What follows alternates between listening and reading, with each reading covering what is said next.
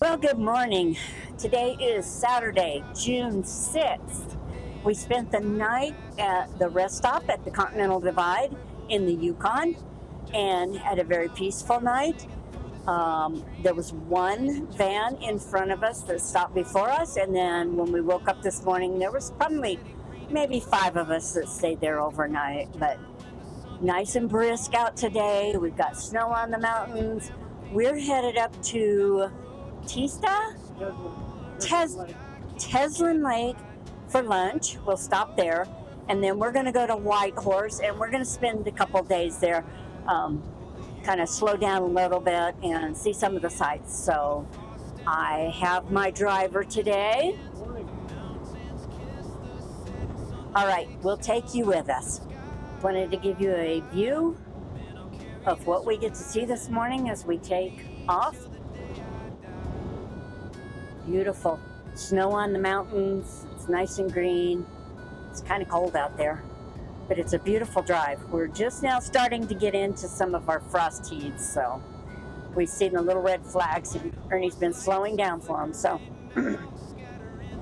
Swift River, 2 kilometers, but it's closed. So yeah, look at the peak of that mountain. Look at the peaks of those mountains. Man, that is gorgeous. You're not going to see that in Arizona in 119 degrees.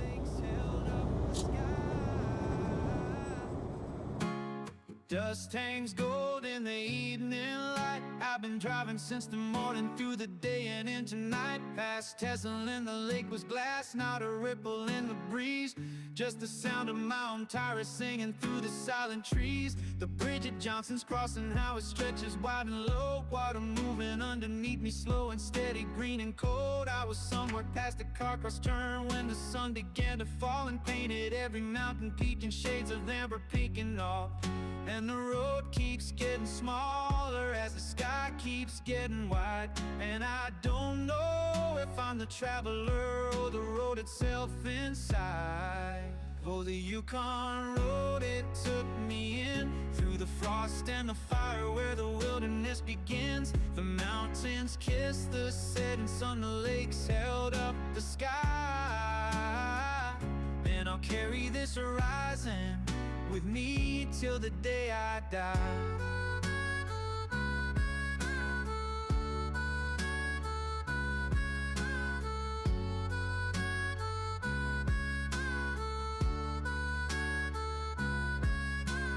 Whitehorse lights are flickering now, scatter in the dark.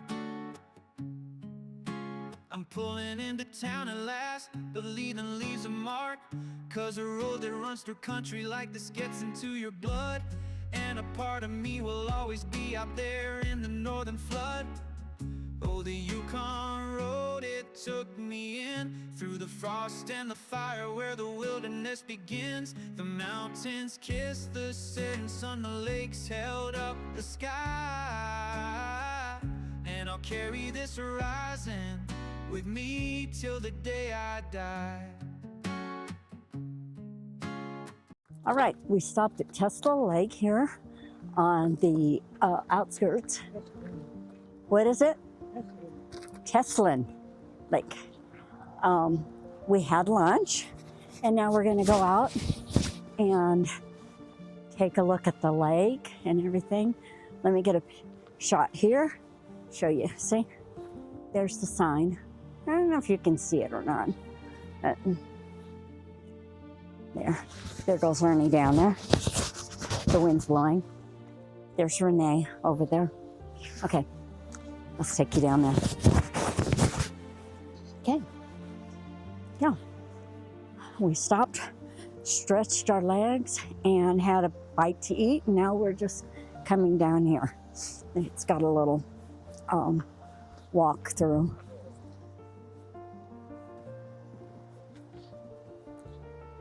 So, Teslintu, you are here. Fox Point.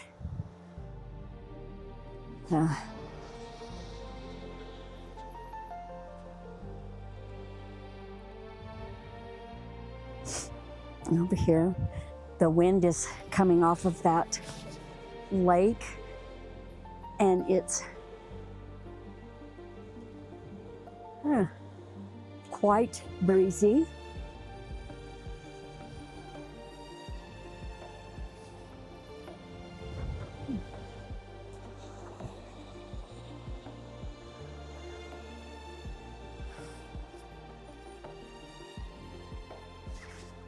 So yeah, there's the lake back there. There's a beautiful mountain back there with snow on it over here.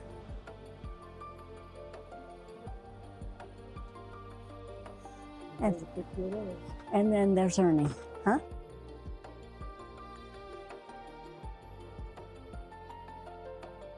Oh, there we are in front of the lake. Freezing cold. Yeah, bit breezy.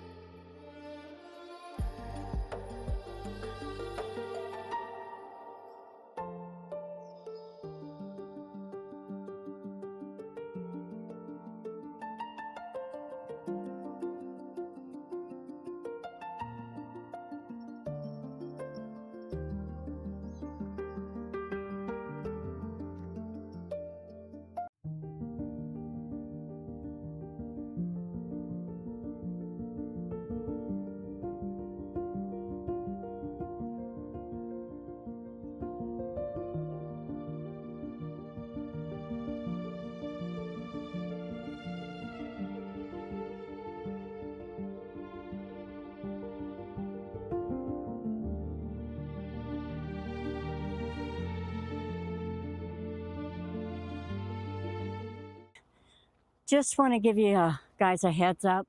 We're at the dam bridge here, just before you get to Whitehorse. It says rest area, but we pulled down here and there's limited space.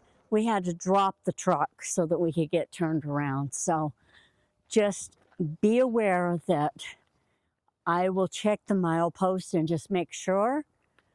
But yeah, if you've got a big rig, there's not enough room to turn around. So you're gonna have to drop your tow vehicle, and we've got turned around. So just wanted to post that so that everybody's aware. So, okay. And there's the bridge, and the dam is over there, which I hope he has enough room to turn around. Oh, that's true. Yeah. Yeah, if you can back up, you're okay. We can't back up though. All right, we're getting out of here now. All right, not only did we have to drop it, but when we dropped it, I went back and put the emergency brake on red. No, there's cars coming. Wait, there's a car coming. Okay, go. I went and put the emergency brake on red, and it did not hold. I did not have it in far enough. So red ran right into the back of Renee, but luckily it was so slow that it just, kind of pushed the bumper, and then the bumper came right back out. So no damage was done, but note to self, I got to make sure that emergency brake is all the way in. So we're back on the road. You got to make sure don't go in anywhere you can't turn around. Right. That's what Ernie said. He said, make sure you have enough room before you go into anywhere, because we had no clue that there wasn't enough room in that rest area for us to turn around. So luckily we were able to drop the red and get turned around okay. But I saw a fifth wheel go in there, and he barely could turn around, but he has the convenience of backing up. We don't. So all right, we'll get on down the road. We only have 13 more miles to our destination.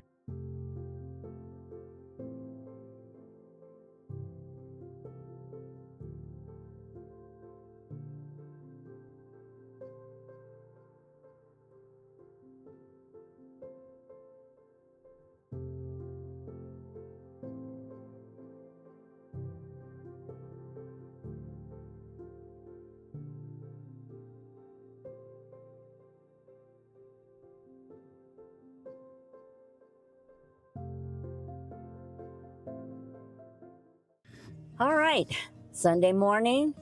Is it the 7th of June, I believe, right? 7th of June, Sunday. Got up, ate us a breakfast. Ernie had pancakes. I had French toast and bacon. Pretty good. Then we decided to get up. We're going to do some exploring. We're going to head to Miles Canyon here, right just outside of Whitehorse. So we'll take you with us, and I have my driver. Good morning. All right, here we go.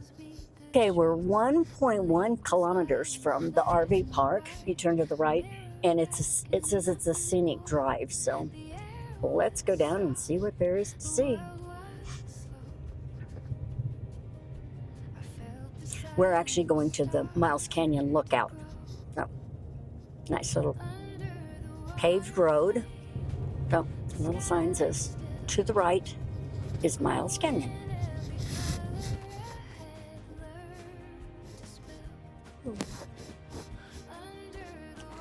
All right, let's get out and take a look, shall we? A little bit of a breeze. There's the Whitecap Mountains out there. And then there's Miles Canyon down there. I don't know if you can see that little bridge down there or not. But it's very green, so it doesn't look like it's running real fast. And there happens to be a little seaplane out here, so I don't know if we're allowed to go down here or not, but let's walk down here and see if we can get a picture of it or video.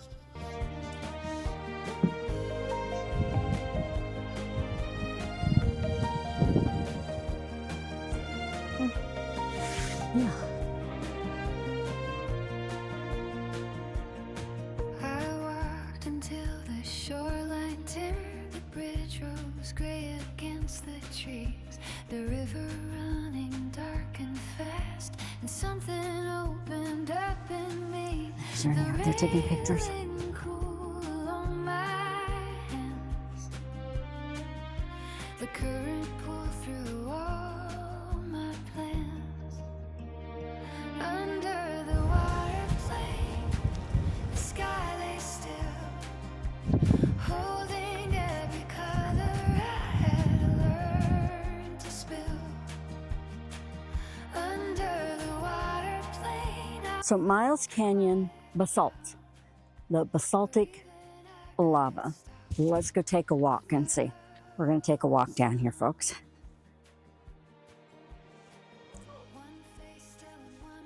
Oops. The puppy just ran off. They're looking for their puppy. Coco, the little dog, took off from the biker, and he's trying to find little puppy. Puppies get so excited and they just take off. Okay. All right, we'll head on over here to the bridge. There goes Coco across the bridge with his biker friend. Hey, turn around and wave.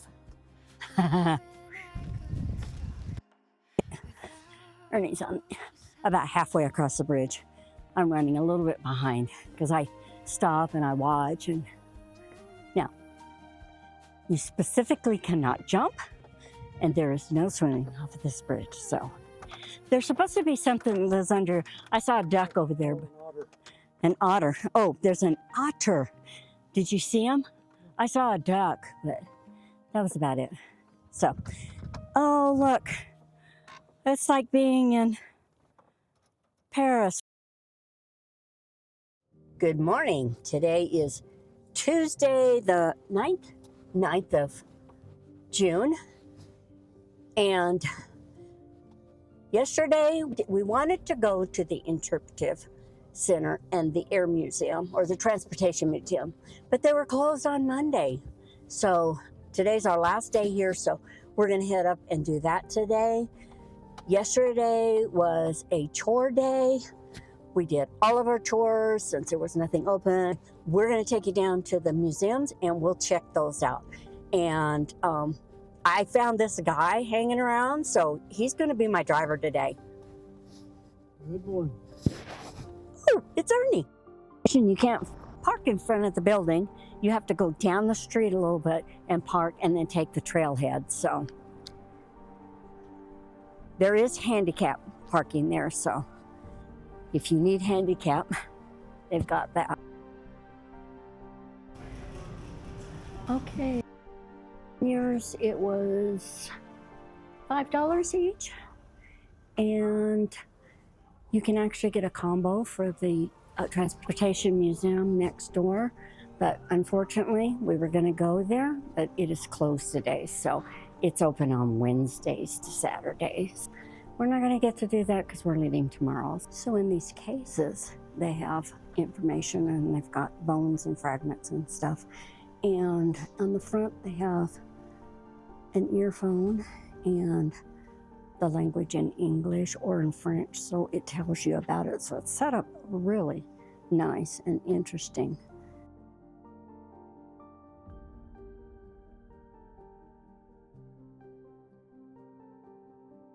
And he was listening to the guide talk, and he said this caribou is over 700,000 years old. That's just hard to believe. Is missing is because the excavator when it went down into the dirt tore it off. So that's amazing. That's a bison. Does it say how old it is? 160,000 to 400 years ago in you. All right, there's the baby. Someone gave it a little. How sweet. There's Mama. And there's the big boy over there. All right, that's it.